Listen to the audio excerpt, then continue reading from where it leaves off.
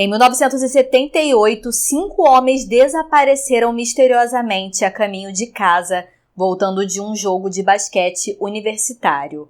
Um mês depois, o carro e a maioria dos corpos foram descobertos congelados até a morte, apesar de estar tão perto do socorro.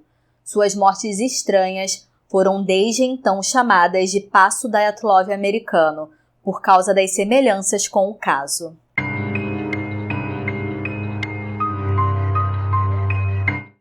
Sejam bem-vindos ao Sempre Halloween. Eu sou a Monique e hoje um caso muito intrigante de desaparecimento e mistério não solucionado, que já dura 43 anos. Se você se interessa nesse tipo de conteúdo, já clique em inscrever-se para não perder os próximos vídeos. Havia uma meia-lua naquela noite, uma lua de inverno em um céu sem nuvens. Nas montanhas acima do rio Fitter, a neve às vezes subia 4 metros de altura.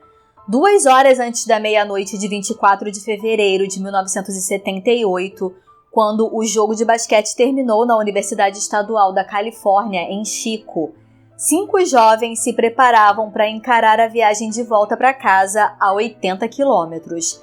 Ted Weiher, Jack Hutt, William Sterling, Jack Madruga e Gary Matias embarcaram em um Montego azul turquesa e branco de 1969 e saíram do estacionamento. Eles estavam animados porque seu time havia vencido. 3 quarteirões de distância à frente, eles pararam, compraram uma torta de cereja, outra de limão, alguns chocolates, leite e 2 Pepsis. Essa foi a última vez que eles foram vistos com vida.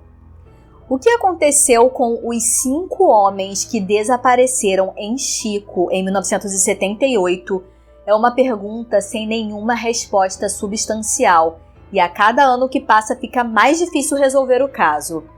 Qual a razão para 5 homens pararem seu carro no meio do nada e correrem para a neve? Cada resposta parece abrir um conjunto totalmente novo de perguntas. Vamos dar uma olhada mais de perto nesse caso bizarro e misterioso.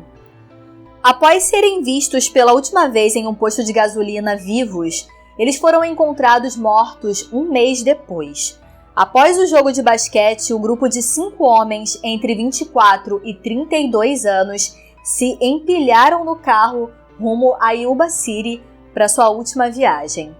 Eles tinham um jogo de basquete para jogar no dia seguinte, 25 de fevereiro, parte de um torneio de uma semana. Eles faziam parte da equipe de basquete do Centro de Reabilitação Profissional da cidade de Yuba para os deficientes. Todos moravam com os pais. 3 dos 5 tinham diagnóstico de retardado. Madruga, embora não diagnosticado, segundo sua mãe, era considerado lento. E Matias estava sob tratamento para esquizofrenia, uma depressão psicótica que apareceu pela primeira vez há 5 anos e que seu médico garantiu estar controlada há pelo menos 2 anos. Isso não impediu Madruga e Matias de servirem no Exército dos Estados Unidos. 4 dias após o desaparecimento, um guarda florestal encontrou o carro de Madruga e a partir daquele dia, nada que encontraram parecia fazer sentido. O carro estava em uma estrada de terra nos arredores da montanha da Floresta Nacional de Plumas, uma área com uma topografia completamente diferente e definitivamente fora do caminho de casa. É provável que quando perceberam que não estavam perto de casa, eles estacionaram o carro. Mesmo que houvesse neve para toda parte, o carro não estava preso, estava estacionado e os 5 homens poderiam empurrar facilmente. Havia 1/4 de tanque de gasolina no carro, o suficiente para levá-los cerca de 50 quilômetros até suas casas. Haviam 4 mapas bem dobrados no porta-luvas, as chaves tinham sumido, mas quando a polícia ligou o carro, o motor estava funcionando. Haviam embalagens vazias de comida nos assentos. Tudo tinha sido comido, exceto o chocolate Marathon, que tinha desaparecido. Surpreendentemente, o carro estava intacto, apesar de ter atravessado um trecho tortuosamente acidentado numa estrada montanhosa na escuridão total, carregando 5 homens adultos. O motorista tinha usado cuidados e precisão surpreendentes, o que leva à conclusão de que ele conhecia a estrada bem o suficiente. As famílias disseram que só Madruga dirigia aquele carro. Ele não gostava de acampar e odiava frio. Ele não poderia conhecer essa estrada. Nenhum dos rapazes aparentemente conhecia a estrada, até onde alguém poderia dizer. Com exceção de Matias, cada um dos homens levava uma vida caseira, com uma rotina muito previsível. Houve uma terrível tempestade de neve no dia que o carro foi encontrado, e então ninguém encontrou nada, nem mesmo um sapato desamparado após o degelo da primavera. Mas em 4 de junho, um pequeno grupo de motociclistas entrou em um acampamento de trailers deserto no final da estrada, quando sentiram um cheiro horrível. Era Ted Weiher estendido em uma cama dentro do trailer, congelado até a morte. 8 lençóis cobriam seu corpo e rosto de forma que alguém teria coberto e não o próprio Ted. Uma teoria é que os amigos enrolaram seu corpo em uma mortalha improvisada e deixaram o trailer. Seus sapatos de couro estavam faltando e seus pés estavam muito congelados. Na mesinha ao lado da cama estava seu anel, seu colar de ouro, sua carteira com dinheiro dentro e um relógio de ouro. Ninguém sabia como ele foi parar nesse trailer que ficava a 32 quilômetros de distância do carro. Ted tinha 1,80 m e 90 kg. Ele invadiu o trailer por uma janela, mas não usou nenhuma das comodidades. Ele não ligou o tanque de gás que mantinha o calor, não queimou nenhum dos papéis disponíveis. Nenhum fogo havia sido construído, embora os fósforos estivessem espalhados e houvesse móveis de madeira que teriam queimado facilmente. Ele abriu uma dúzia de comidas enlatadas com um abridor de latas P-38 do Exército, que apenas Madruga e Matias, que haviam servido o Exército, sabiam como usar. Mas logo em seguida, passou quase 2 meses morrendo de fome no trailer, apesar da presença de jantares mexicanos desidratados, coquetéis de frutas e outras refeições o suficientes para manter todos os 5 vivos por 1 ano. Quando o corpo de Ted foi descoberto, ele tinha perdido 36 quilos. Ele morreu de fome, cercado por comida. As buscas pelos garotos tinham praticamente consumido os investigadores. Eles começaram a receber pistas de toda parte do país. Os meninos tinham sido vistos em Ontário, em Tampa, entrando em um cinema em Sacramento, acompanhado por um homem mais velho. Até médiums entraram em contato com a polícia para dizer que os meninos tinham sido sequestrados no Arizona. Outro disse que os meninos tinham sido assassinados em uma casa vermelha de 2 andares, de tijolos e madeira, com uma calçada de cascalho em Oroville. Recrutaram um policial para ir até o endereço, mas a casa não existia. Um homem chamado Joseph Shones, de 55 anos, disse à polícia que dirigia na mesma estrada que os rapazes desapareceram na madrugada do dia do desaparecimento. Ele disse que estava checando a linha de neve porque queria ir ao local no fim de semana. Seu carro ficou preso na neve e enquanto estava tentando libertar seu carro, ele se sentiu mal. Então ele entrou no carro e ligou o aquecedor. Em algum momento, ele ouviu alguém assobiando pela estrada. Então ele saiu do carro e viu um grupo de homens conversando com uma mulher com um bebê. Ele viu pelo brilho dos faróis de um veículo.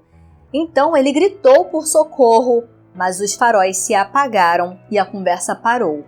Ele voltou para o carro e deitou-se novamente. Algumas horas depois, ele viu luzes de lanternas do lado de fora da janela do carro. Mais uma vez, ele pediu ajuda. As luzes se apagaram e quem estava lá fora foi embora. Joseph disse que ele estava deitado no carro até que ficou sem gasolina e então, como estava demorando a amanhecer, ele caminhou de volta até uma loja chamada Mountain House, onde ele tinha tomado uma bebida antes de ir para a estrada. No lugar onde ele tinha ouvido as vozes, ele viu o carro dos rapazes vazio no meio da estrada.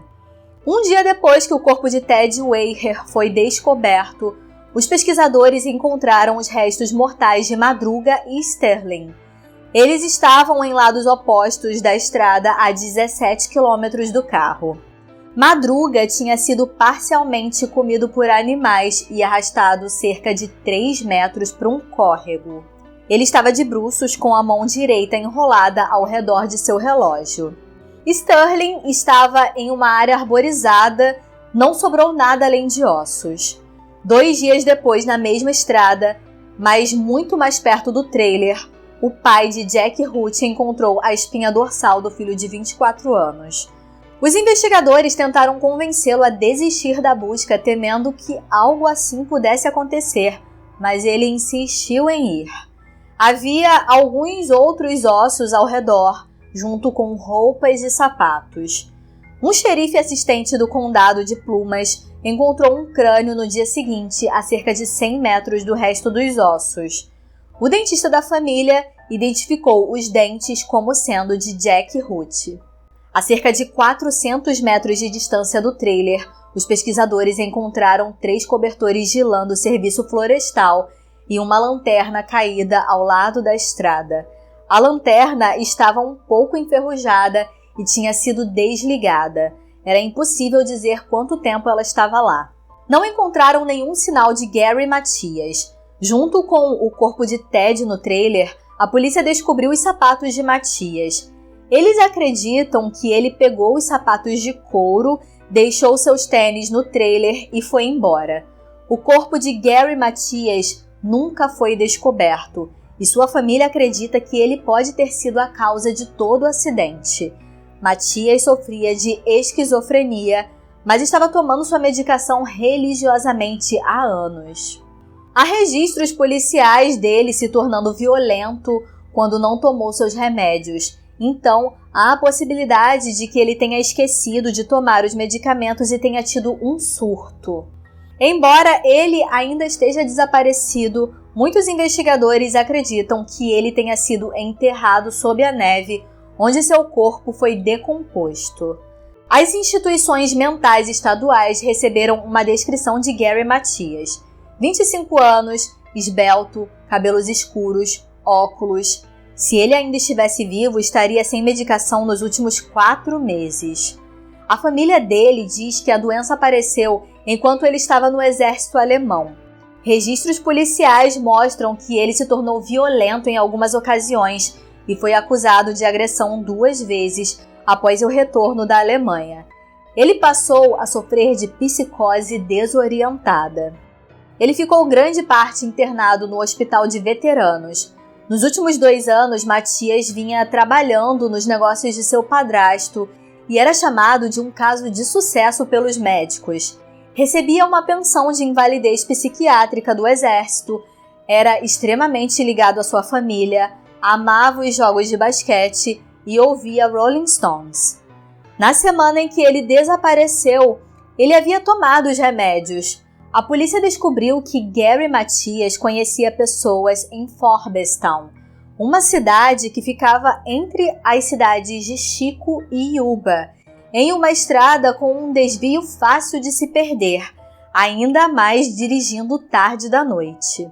Isso poderia ter sido o motivo de irem em direção às montanhas e se perdido, mas os amigos de Gary Matias em Forbestown disseram que não o viam há 1 ano.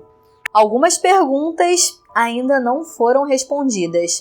Por que abandonar um carro que funcionava perfeitamente bem para entrar na floresta à meia-noite? Por que seguir 30 quilômetros de nevasca e escuridão para quebrar a fechadura de um trailer, não se aquecer e morrer? Por que o carro não foi danificado? De quem eram os assobios e as vozes que a testemunha ouviu na estrada? Não faz sentido.